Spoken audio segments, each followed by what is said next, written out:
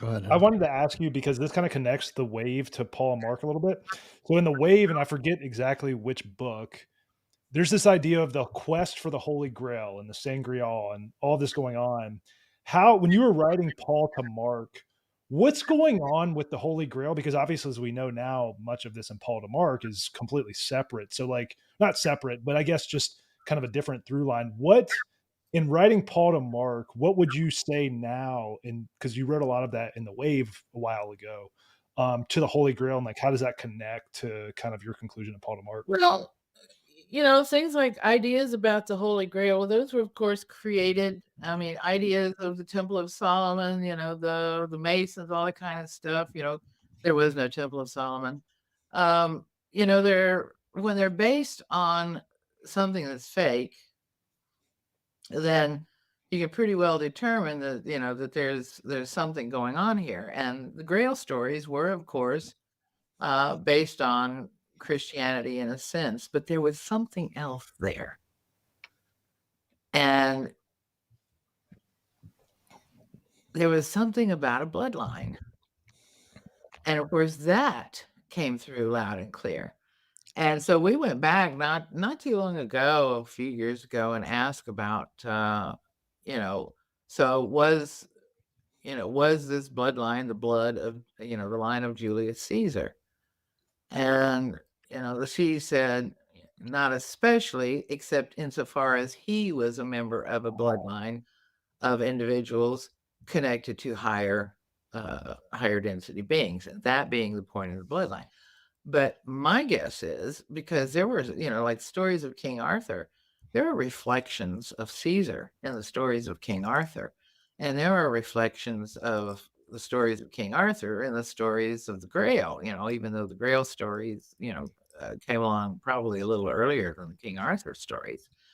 So when you start getting people, pulling from these different traditions and putting things together, getting ideas and making up stories. I mean, it's like the way the gospel was written.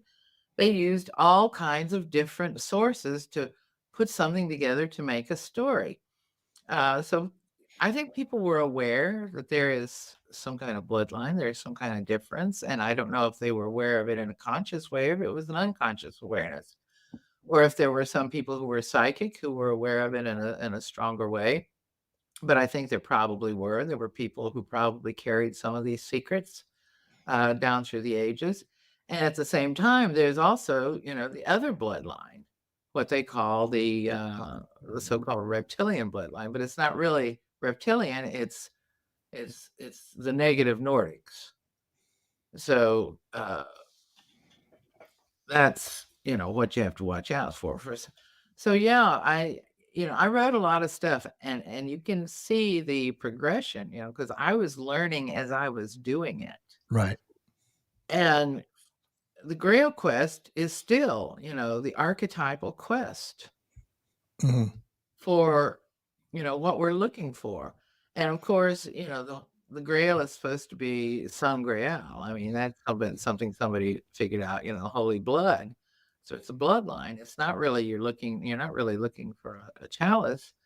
But I did ask the Seas one time, and they gave a really peculiar answer. They said that I would see the Grail.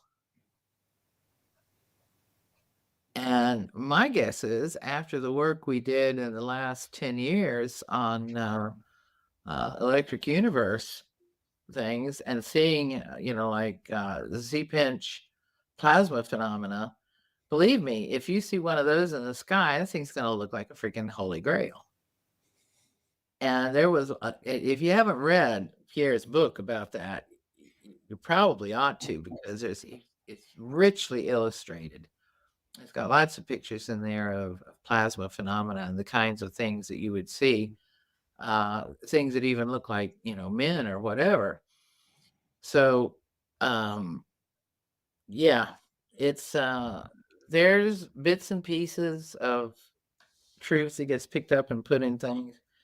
And because of my Christian upbringing, I am really dedicated to find, all the true pieces and putting them back together so that we have a clear, comprehensive picture of what the real deal is.